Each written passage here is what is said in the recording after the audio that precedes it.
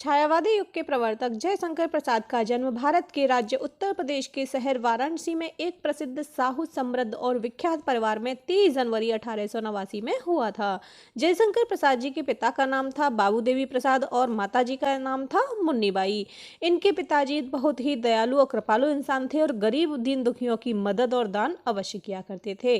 जयशंकर प्रसाद जी के पिताजी का स्वर्गवास उस समय हो गया था जब इनकी आयु महज 11 वर्ष थी और इसके पश्चात 15 वर्ष की आयु आने पर इनकी माताजी भी उन्हें हमेशा के लिए छोड़कर स्वर्गवासी हो गईं।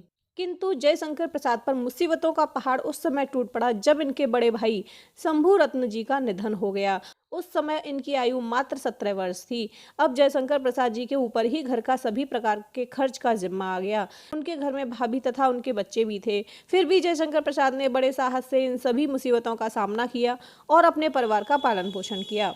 जयशंकर प्रसाद जी की जो प्राथमिक शिक्षा है वह वाराणसी में ही संपन्न हुई।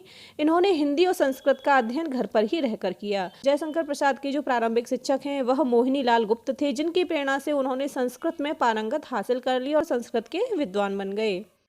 इनका पहला विवाह विध्वंसनी देवी के साथ 1908 में संपन्न हुआ, किंतु विध्वंसनी देवी को क्षय रोग हो गया और उनकी मृत्यु हो गई। और फिर जयशंकर प्रसाद का दूसरा विवाह 1917 में सरस्वती के साथ कर दिया गया, किंतु वह भी क्षय रोग के कारण ही जल्द ही चल बसी। दूसरी पत्नी की मृत्यु होने के बाद जयशंकर प्रसाद की इच्छा विवाह करने की नहीं हुई, किंतु उन्होंने अपनी भाभी के दुख से दुखी होकर तीसरा विवाह कमला देवी के साथ किया, जिससे उन्हें एक पुत्र उत्पन्न हुआ और उसका नाम था रतन शंकर प्रसाद। अपने अंतिम समय में जयशंकर प्रसाद भी क्षय रोग से पीड़ित हो गए और 15 नवंबर 1937 में परमात्मा में विलीन हो गए।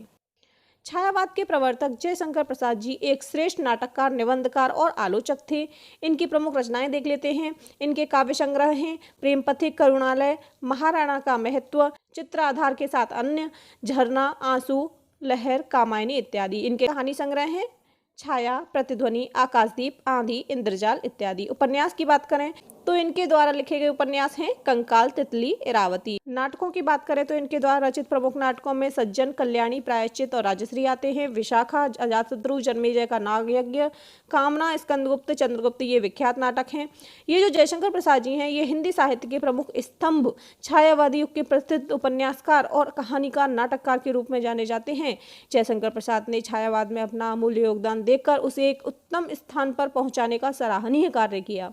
जयशंकर प्रसाद के काव्य में प्रकृति और मानवीकरण का ऐसा चमत्कार देखने को मिलता है कि व्यक्ति अपनी सुध बुध खो देता है। कह सकते हैं कि जो जयशंकर प्रसाद जी हैं उनका साहित्य में एक सबसे महत्वपूर्ण स्थान है।